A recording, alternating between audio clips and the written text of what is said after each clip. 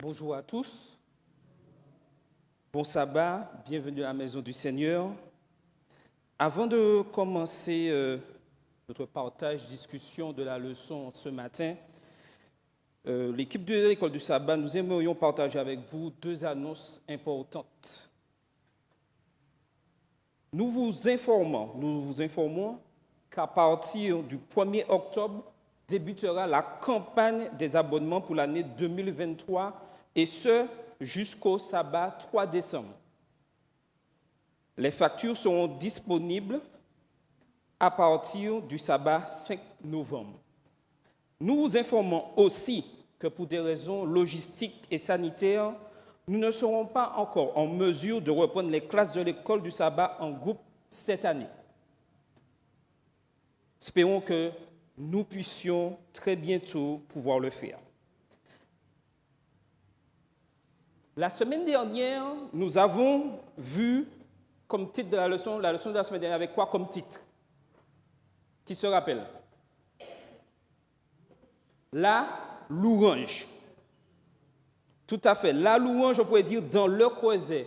Une vie de louange. Ce matin, je souhaiterais qu'au moins une ou deux personnes puissent témoigner de l'effet de la louange qu'elle a reçu au cours de cette semaine. Mais avant tout, je voudrais vous dresser une petite piste où nous pouvons, par notre cantique, le hymne et louange, découvrir, je dirais, des choses magnifiques qui peuvent nous réconforter lorsque nous sommes dans les difficultés. Et ce matin, j'aimerais partager avec vous le numéro 49. Est-ce que quelqu'un, ça dit quelque chose, le titre du chant du numéro 49, notre hymne et louange? Quelqu'un peut-il donner le titre? 49. Entendez? Tout à fait. Et en ce matin, le Seigneur veut nous dire, lorsque nous sommes dans la nuit noire, il est important que nous puissions chanter toujours les messages que Dieu a pour nous, car la paix sur cette terre est vraiment garantie, car Jésus est venu sur la terre, a habité, est né dans ces bas lieux, afin que tout homme puisse recevoir le salut.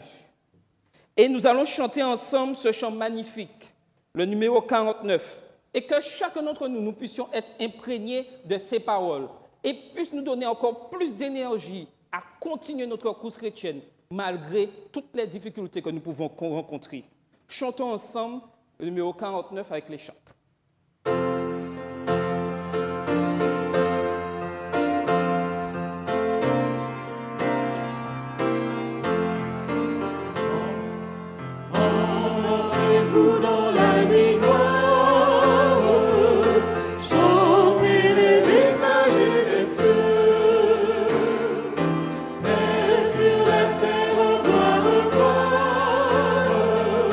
Jésus est né dans ce bas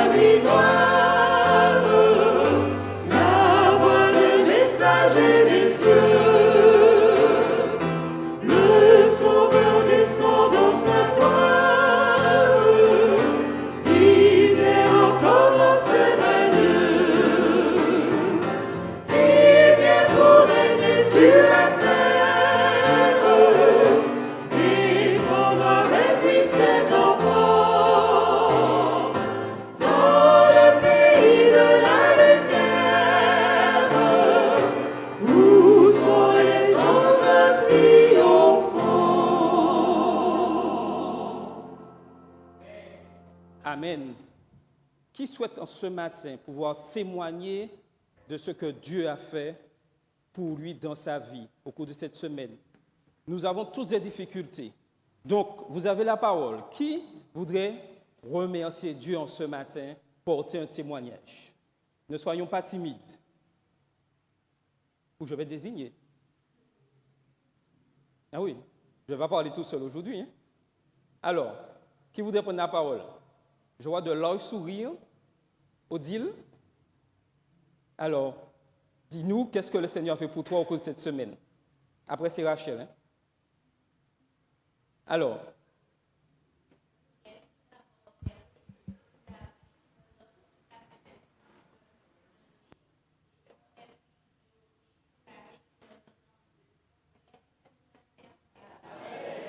Si j'ai choisi Odile, ce n'était pas par hasard. Hein? Alors, Rachel. Là, c'est par hasard. Alors, qu'est-ce que le Seigneur a fait pour toi?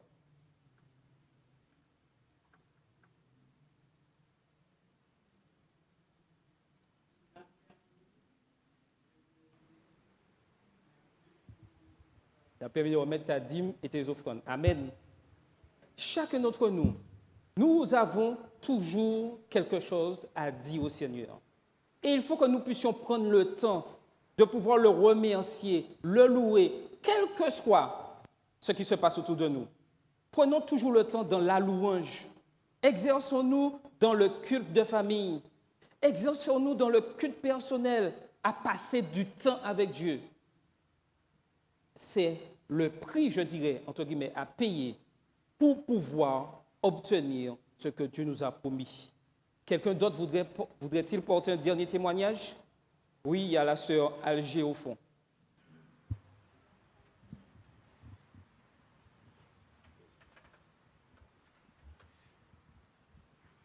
Je remercie Dieu parce que cette semaine, j'ai trouvé une sœur pour venir faire tout un dossier pour moi. Et je devais me déplacer pour prendre un rendez-vous et je ne m'attendais pas, elle avait déjà pris le rendez-vous pour moi. Alors je remercie Dieu pour tous ces services qu'elle m'a rendus. Et alors je dis à Dieu merci et que Dieu l'embrasse. Amen. Tout ceci montre que quelle que soit notre situation, prenons toujours le temps de remercier Dieu. Et cette semaine, nous découvrons qu'il nous est recommandé de rester doux dans le creuset. Exceptionnellement, je vais commencer par la conclusion, volontairement. Et il y a un texte qui m'a vraiment interpellé dans la leçon de le questionnaire, à partir de jeudi. Et cet extrait est tiré dans le livre « Levez vos yeux » en haut à la page 169. Et je vais vous rappeler ce texte. Parce que je reste persuadé que tout le monde a lu ce texte. Il nous a dit, sans des hommes deviendront nos ennemis. Les mobiles du peuple de Dieu seront mal interprétés, non seulement par le monde, mais par leurs frères eux-mêmes. Les serviteurs du Seigneur se trouveront dans des situations difficiles. On fera une montagne d'une taupinière afin de justifier une ligne de conduite injuste et égoïste.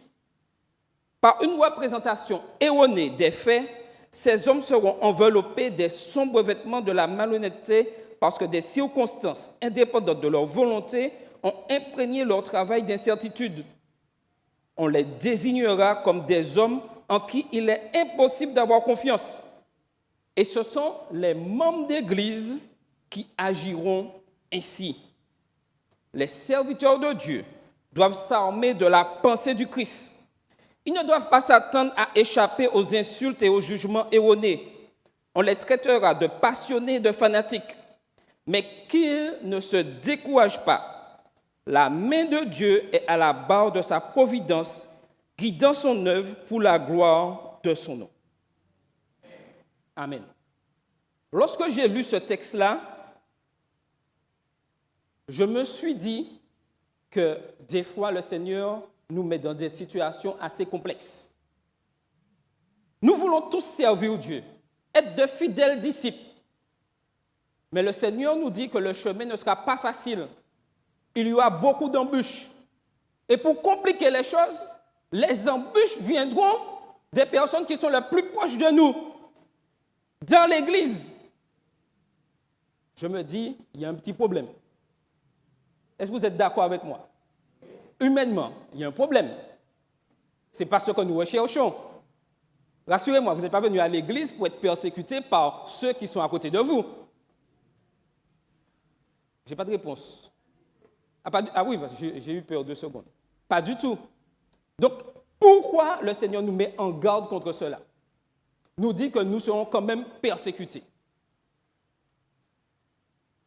Alors, qui voudrait prendre la parole? Pourquoi serais-je persécuté?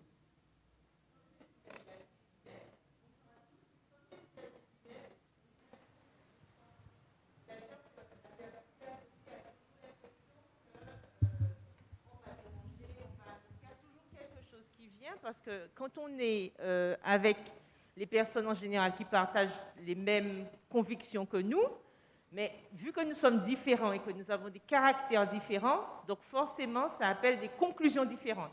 Et ça crée parfois des tensions, comme dans une famille, puisque nous sommes dans une famille à l'Église. Et comme dans notre famille nucléaire, parfois il y a des petites tensions entre frères, sœurs, etc. Et c'est la même chose que nous vivons à l'Église à grande échelle, mais sauf que nous devons avoir cette intelligence que l'Esprit de Dieu nous donne pour être au-dessus de cela, sachant que nous n'avons pas à lutter contre la chair et le sang, mais ce sont des moments de manipulation de notre ennemi pour nous décourager justement de poursuivre notre chemin avec Dieu.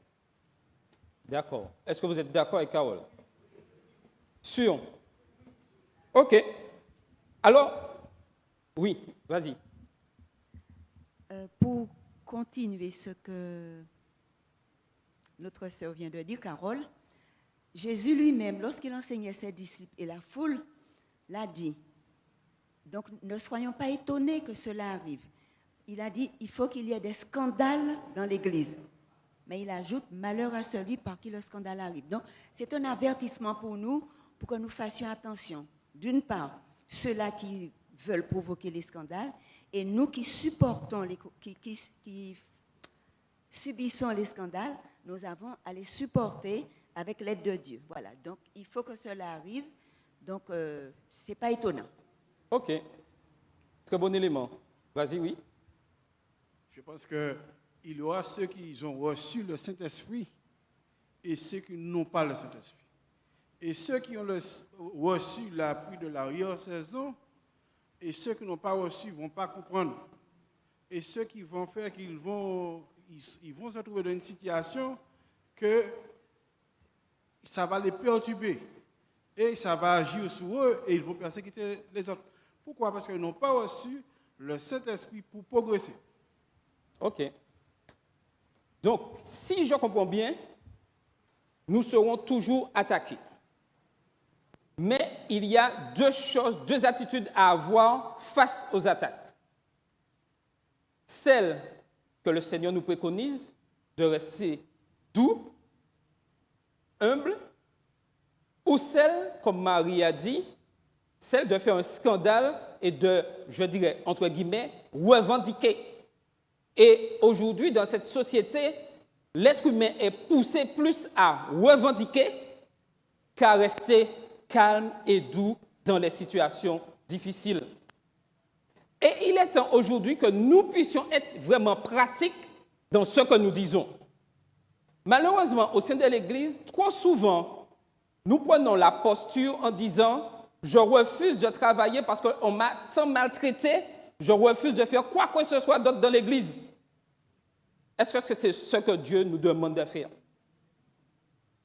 Est-ce que c'est ce que Dieu nous demande de faire?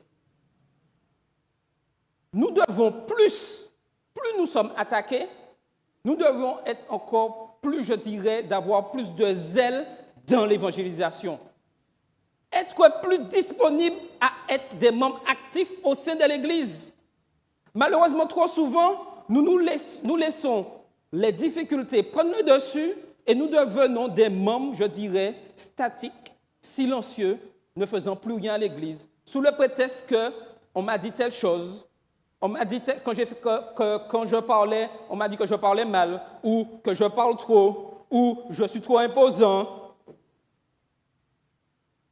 Aucune parole négative ne doit me faire renoncer à la mission. Et il est temps aujourd'hui que nous puissions être pratiques. Nous sommes très théoriques, c'est vrai, nous connaissons. Mais lorsque nous nous retrouvons au pied du mur, que faisons-nous? Lorsqu'on nous traite de toutes sortes d'injustices, de mots mal placés, que faisons-nous? L'Éternel nous demande d'être doux, d'écouter sa voix. Et nous avons un chant magnifique dans le hymne et louange qui est le 496, où il nous est dit « J'entends ta douce voix. Jésus, je viens à toi. Je viens au Sauveur. Lave-moi dans le sang précieux. » Et ces paroles, nous devons les faire les nôtres. Nous entendons sa voix qui nous dit « Crois en moi ». Et nous disons « Oui Seigneur, soutiens-moi dans ma foi ». Chantons ensemble le numéro 496 pour bien comprendre ce que le Seigneur a à nous dire en ce matin et que nous puissions vraiment être des membres actifs au sein de l'Église. Le 496.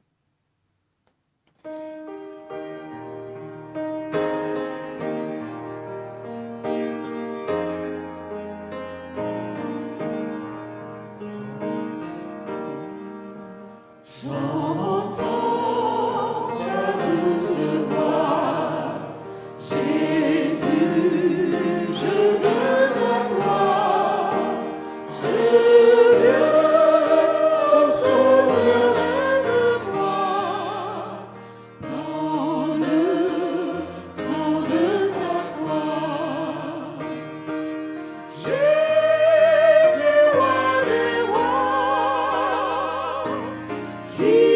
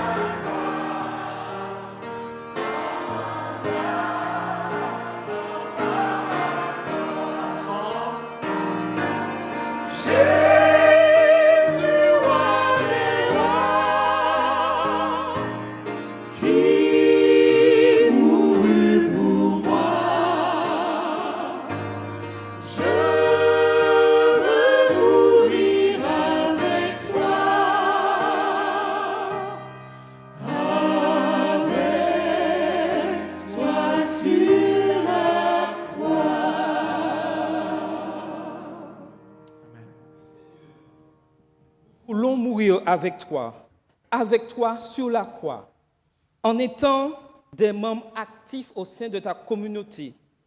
Ne nous laissons point balloter par toutes sortes de difficultés, mais que nous puissions marcher, fixer les yeux sur toi, quelles que soient les difficultés. Amen. Dans Matthieu 5, le verset 5, il nous est dit « Heureux ceux qui sont doux, car ils recevront la terre en héritage. » Est-ce que cela vous semble juste? Les doux ne conquièrent rien, donc ils doivent hériter des conquérants. Nous sommes tous des guerriers. Nous sommes prêts à proclamer le nom de Jésus en guerre contre l'ennemi de nos âmes. Mais en même temps, il nous est demandé d'être doux. Est-ce possible? Est-ce possible d'être doux dans un combat? Voilà toute la complexité de la leçon de cette semaine. Être en guerre, mais en restant doux et calme. Voyons ce qui est dit dans le psaume 37, le verset 11. Psaume 37, verset 11. Et je demandais à quelqu'un de nous lire, un volontaire. Nous sommes là pour partager ensemble. Alors, j'ai dit Psaume 37, verset 11. Alors, un volontaire pour lire ce texte-là.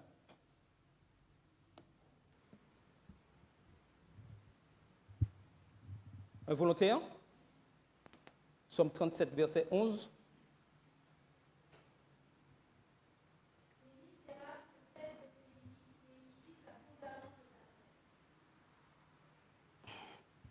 Que nous apprend ce verset sous la déclaration de Jésus dans Matthieu 5, verset 5? Alors, vous avez la parole. Que nous apprend ce verset sous la déclaration de Jésus? Que pensez-vous?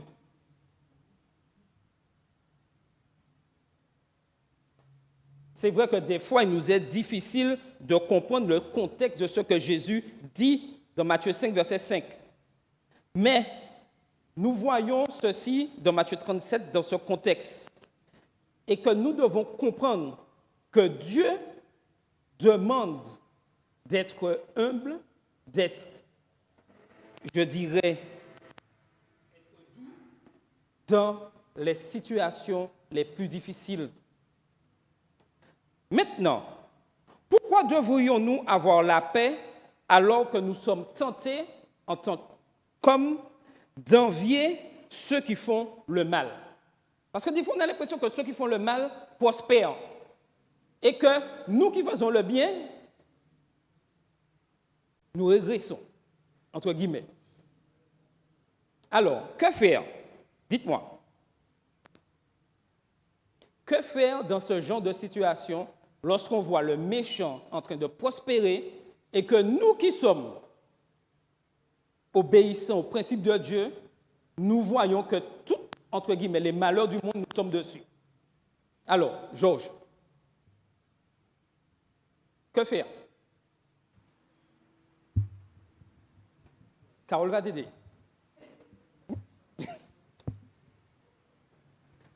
Carole. Comme tu viens de dire, c'est une impression. Comme disait un philosophe, toute impression est fausse. En fait, face à la difficulté, on a toujours l'impression qu'on est les plus malheureux, les plus en difficulté, alors déjà qu'il y a toujours pire que soi, ça c'est sûr. Et puis il faut que nous nous rappelions que de toutes les manières, si toute chose concourt au bien de ceux qui aiment Dieu, c'est justement dans la difficulté qu'on peut mettre ça en pratique, parce que le temps de Dieu, ce n'est pas notre temps. Et si nous faisons totalement confiance à Dieu, nous savons que, quel que soit ce qui nous arrive, ça ne vient pas du hasard. C'est quelque chose que Dieu sait, qui était prévu et qu'il va réussir à nous faire sortir de cette situation. On a eu l'exemple des jeunes Hébreux, les compagnons de Daniel. Enfin, ils se sont retrouvés dans une situation plutôt délicate, voire très délicate. Mais qu'est-ce qu'ils ont dit au roi? c'est vrai que Dieu peut nous délivrer, mais même s'il ne le faisait pas, on ne va pas adorer ta statue. Donc en fait, nous, en tant que chrétiens, même face aux difficultés, nous devons aussi nous rappeler que si nous sommes enfants de Dieu, on doit être enfants de Dieu à 100%. Ce n'est pas enfant de Dieu quand il fait soleil seulement. Quand il pleut, quand il neige, quand on a froid, quand on ne sait même pas si on va trouver quelque chose pour nous réchauffer, il faut aussi qu'on croie que Dieu est là. Et c'est là toute la difficulté, puisque c'est quand on est en difficulté qu'on peut encore plus toucher Dieu. Et c'est ça, et Job, dans son exemple aussi, nous l'a donné. C'est quand Job a subi tout ça, qu'à la fin, qu'est-ce qu'il dit? J'avais entendu parler de toi, mais là, mes yeux t'ont vu. C'est à ces moments-là qu'on sait, qu'on apprend à connaître Dieu. C'est quand on est dans les difficultés. Quand tout va bien, en général, on est un petit peu plus léger là-dessus. Mais quand on sort de quelque chose avec Dieu, notre expérience nous raffermit notre foi. Et c'est pour ça que nous devons rester doux, parce que quand on a l'impression que les méchants réussissent, et je crois que c'est le psaume 92 qui nous dit que c'est pour mieux être anéanti à jamais. Donc, nous devons faire confiance à Dieu et croire qu'un jour, cela finira. Ce n'est pas aujourd'hui, ce n'est pas demain, mais ils auront les conséquences de leurs actes. Et ça doit rester une promesse dans nos cœurs. Tout à fait. Alors, qu'est-ce que la douceur pour vous? Être doux, c'est quoi? Être doux, est-ce que c'est rester là, encaisser tous les mauvais propos, accepter, être une marionnette entre les mains des autres? Je vois tout le monde secouer la tête me disant « Oui, Georges. »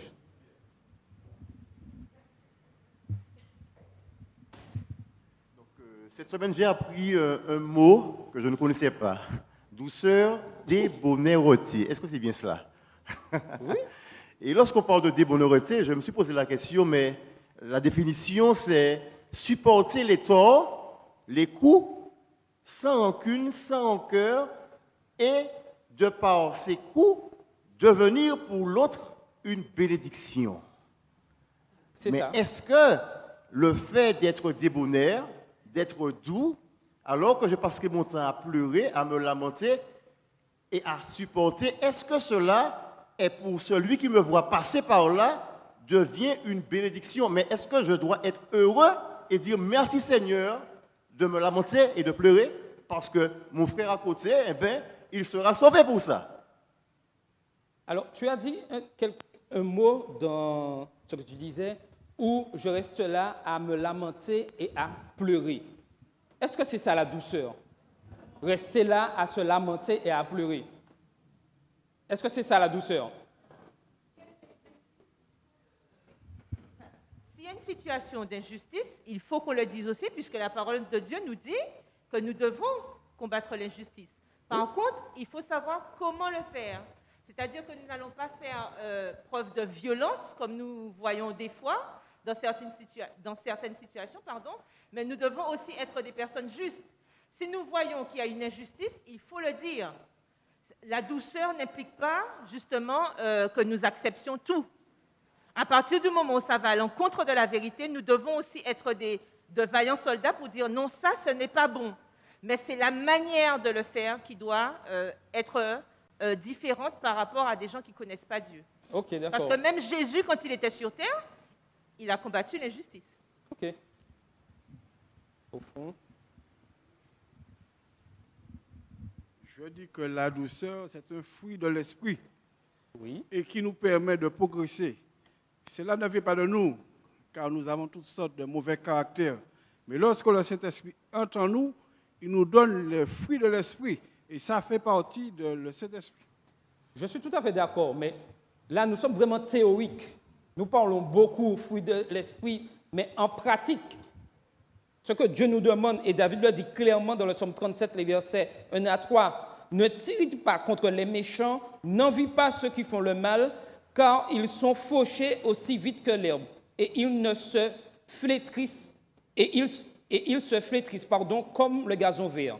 Confie-toi en l'Éternel et pratique le bien, et le pays pour demeure et la fidélité pour pâturage. Voici ce que Dieu nous demande, être fidèle, obéissant à sa loi. Et lorsque j'ai compris cela, même dans l'injustice, même si je suis attaqué, j'apprends à connaître cette douceur. Mais le problème, trop souvent... Oui, Marie-Ange. Je le rejoins totalement parce que mon humanité m'empêche d'atteindre cette perfection et d'atteindre la douceur. Je ne peux pas toute seule.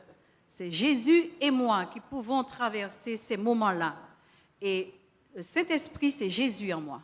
Je ne pourrai jamais supporter quelqu'un qui calomnie, des amener sur ma famille. On ne répond pas. Ça, c'est l'œuvre de l'Esprit. Oui. On ne peut pas tout seul. Notre humanité pécheresse nous amène à réagir et à contre-attaquer. Tu as parlé tout à l'heure d'attaque. Le fait de ne pas réagir à l'attaque, c'est ça la douceur, c'est ça être débonnaire. Mais pouvoir réagir et faire du scandale, c'est du contre-attaque.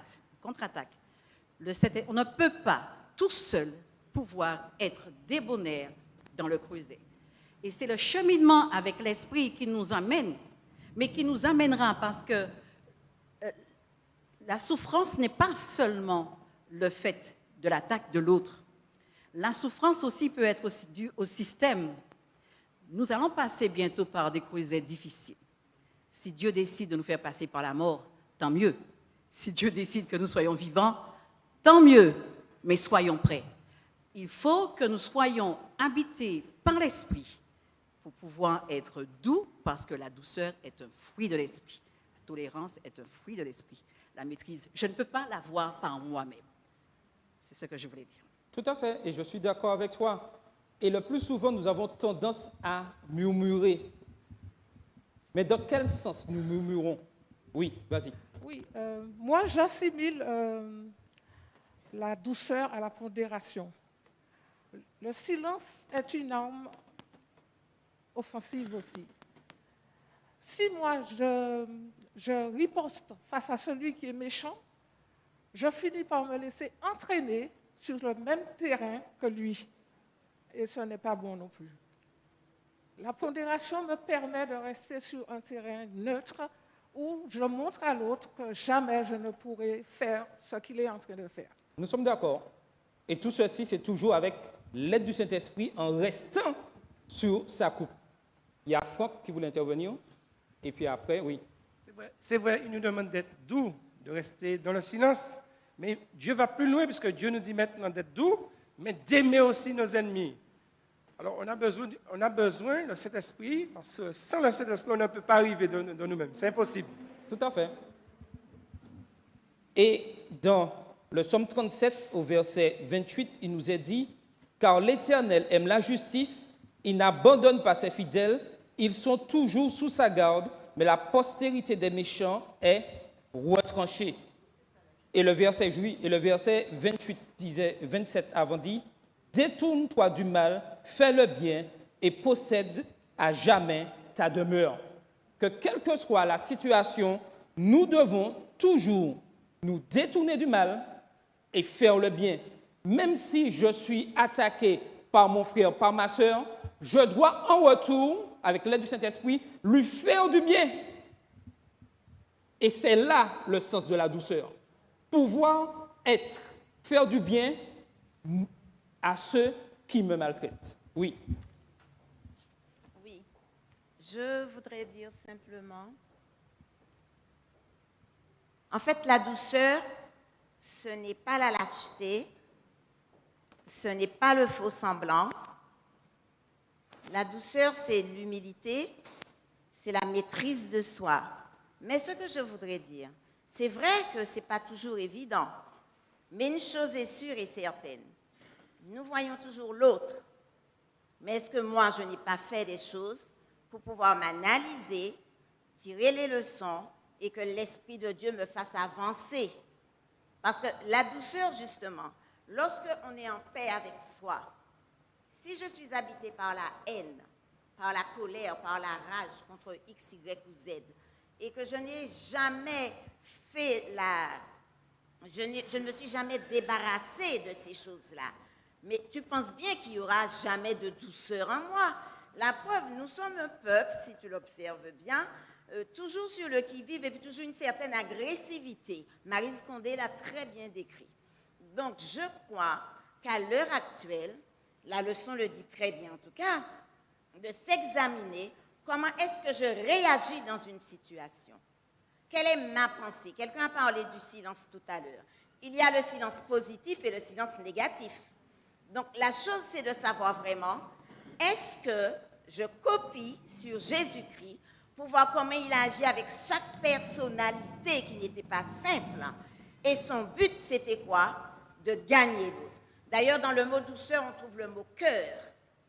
Si je n'ai pas de cœur pour comprendre les choses, ça ne donnera rien. Tout à fait. Et j'aimerais que nous puissions chanter ensemble ce chant, ce numéro 365 de notre hymne louange. Trop souvent, je murmure. Et trop souvent, nous voulons nous plaindre. Mais Dieu est toujours là, prêt à nous réconforter. Et quel que soit dans ces moments où nous murmurons, nous devons constamment garder la foi. Chantons ensemble et analysons bien les paroles de ce chant, le numéro 365. Trop souvent, je murmure.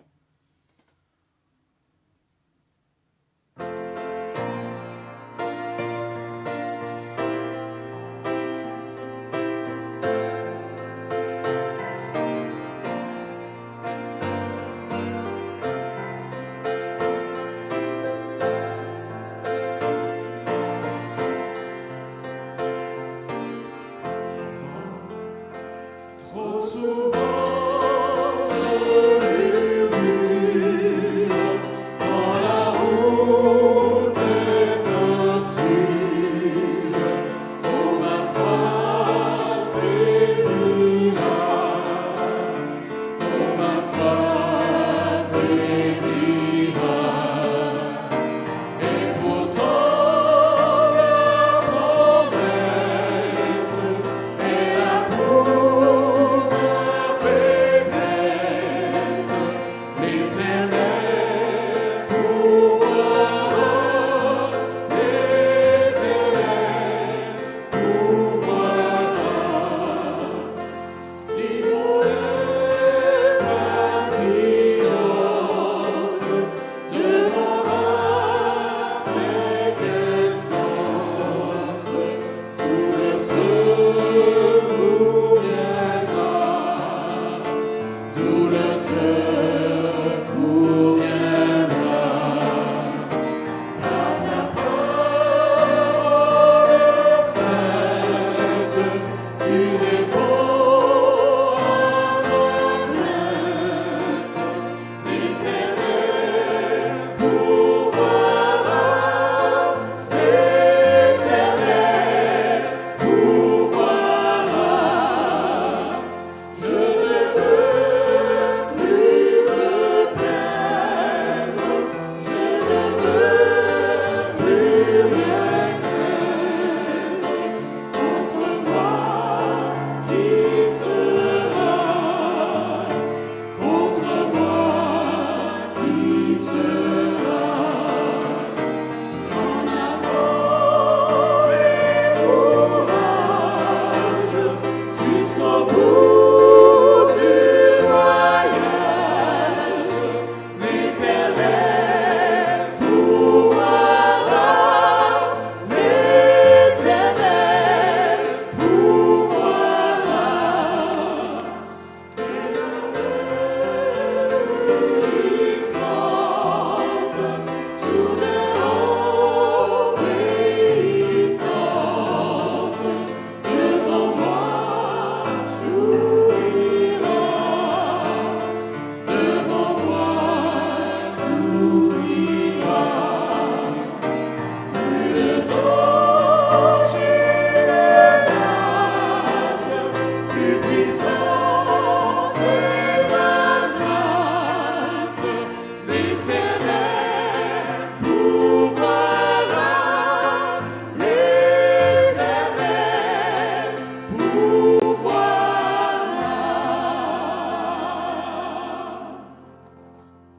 Nous avons une grande richesse d'avoir dans le hymne louange des chants qui nous donne un message fort et puissant, nous encourage. Et lorsque nous sommes dans la difficulté, il est important que nous puissions invoquer l'Éternel. Et nous avons un chant magnifique. Invoque-moi du sein de la détresse. Mon bras puissant te sauvera. C'est ce que Dieu nous dit. C'est Dieu qui parle. Nous devons croire en sa promesse. Si tout est sombre, il nous dit, ne perds pas courage. Ne doute jamais du Dieu vivant. Même dans le creuset, dans la difficulté, maltraité par l'ennemi, demeure en paix et crois seulement. Chantons ensemble, invoque-moi du fond, du sein de la détresse.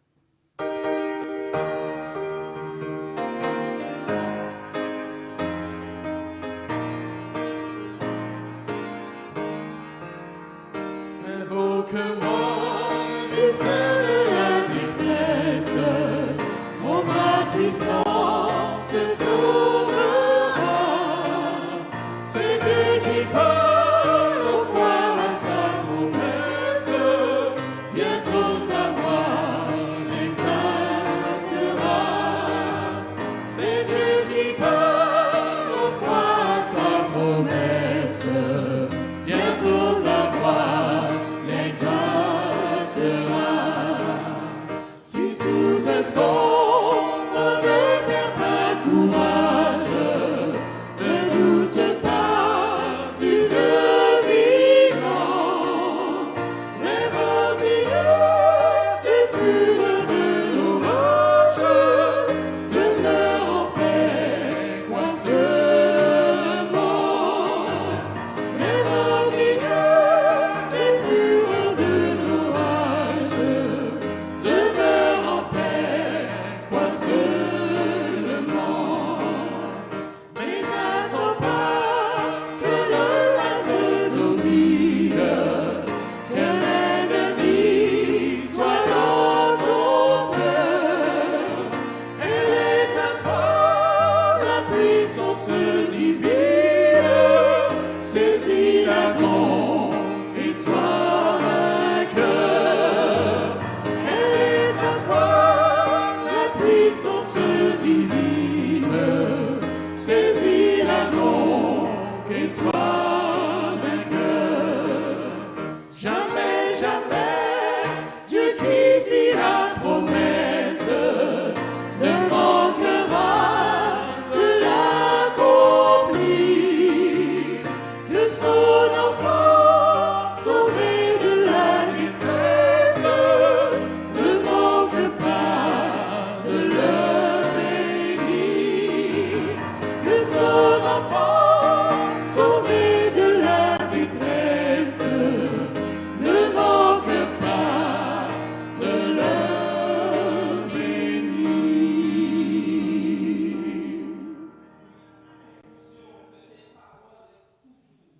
Au fond de notre cœur, même dans la détresse, même dans les difficultés, le Seigneur est toujours là. Et nous devons le louer, le remercier en étant toujours des membres actifs au sein de la communauté. Chers membres d'Église, chers amis, frères et sœurs, Dieu a en tête de grandes choses pour nous. Si nous aspirons à être élevés, si nous aspirons à vaincre le mal, si nous voulons faire de grandes choses pour Dieu, notre étude de cette semaine nous a enseigné qu'il existe un processus. Ce processus commence et se termine par le fait de s'en remettre à Dieu. Nous lui obéissons, nous lui faisons confiance, nous suivons ses directives. Nous avons pour attitude que tout vient de lui. Si vous faites cela, de grandes choses viennent sur votre chemin. Amen. La semaine prochaine, nous allons étudier, attendre dans le creuset. En tout cas, remettons tout entre les mains du Seigneur. Et je vais vous inviter à vous lever et nous chanterons ensemble au numéro 489 de notre hymne louange.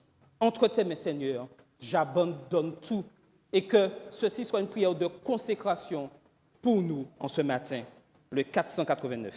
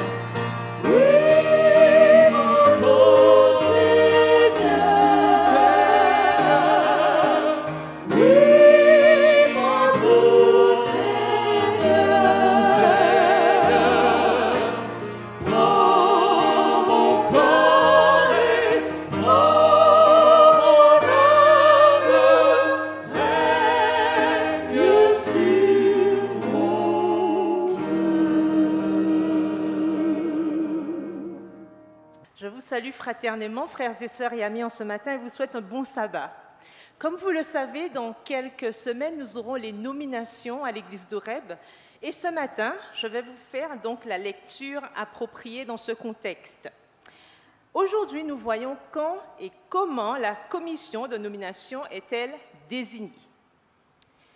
Cette commission devrait être désignée aussitôt que possible pendant le dernier trimestre de l'année d'exercice et devrait présenter son rapport à l'Assemblée au moins 3 semaines avant la fin de la dite année. Il incombe au pasteur de l'Église ou à l'ancien, en son absence, de présenter cette procédure à l'Église. L'Assemblée nommera alors une commission préparatoire, ce qu'on appelait avant la Grande Commission, qui aura pour tâche de proposer le nombre de personnes susceptibles de constituer la commission de nomination, ce qu'on appelait la Petite Commission. Cette commission préparatoire peut être désignée de 2 manières. Par des nominations orales ou écrites venant de l'Assemblée. Si l'on opte pour des propositions orales, chaque membre ne proposera qu'un seul nom. Toute autorité d'un individu ou d'un petit groupe sera inadmissible. Toute manœuvre de nature politique devrait également être absolument évitée. Le pasteur ou le responsable du secteur sera président de la commission. S'il n'y a pas de pasteur ni de responsable, s'il n'y a pas de pasteur ni de responsable de secteur, le comité d'église nommera un président parmi les membres de la commission préparatoire. La commission préparatoire devrait compter 5 à 7 membres de plus que le comité d'église. La deuxième méthode, c'est par un vote autorisant le comité auquel l'Assemblée adjoindra 5 à 7 personnes à fonctionner en tant que commission préparatoire. Si cette méthode est adoptée, le président du comité d'église sera normalement aussi le président de la commission préparatoire. Cet extrait est tiré du manuel d'église à la page 106. Frères et sœurs, j'espère que nous serons tous prêts pour cette période de nomination et que tout le monde dira oui et pas non. Et pour permettre à l'Esprit de continuer à travailler en nos cœurs, nous allons tout de suite nous agenouiller pour prier.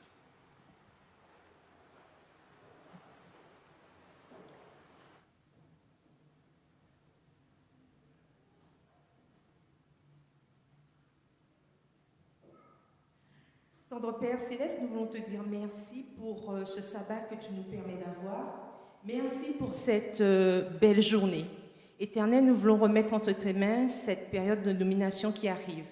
Permets que chaque membre puisse se sentir investi, que nous puissions comprendre que c'est un travail d'équipe qui permet d'aller plus loin et que c'est en participant à ta mission que nous pouvons avoir de nombreuses bénédictions. Permets que nous puissions toujours comprendre, Seigneur, comment fonctionne ton Église et surtout nous rappeler que ce n'est pas une Église construite par les hommes, mais que c'est toi-même, ô Éternel, qui as mis en place ton Église, qui met en place les règlements et que nous nous devons de les respecter, de les obéir et surtout de laisser ton Esprit Saint nous guider afin que nous puissions faire des choix probants pour permettre à ton œuvre d'avancer. Garde chacun de nous, toutes les familles que nous représentons ici et dans le monde entier. Et merci encore pour les bénédictions que tu nous accordes. Et s'il te plaît, Seigneur, pardonne-nous si toutefois nous avons péché devant toi. Mais permets que nous puissions toujours nous remettre en question et toujours avancer, quoi qu'il arrive, afin que nous soyons là lorsque tu reviendras. Merci encore pour tout. Merci d'exaucer nos prières. Non que nous soyons dignes, mais au nom de Jésus et pour la gloire de ton Saint-Nom. Amen.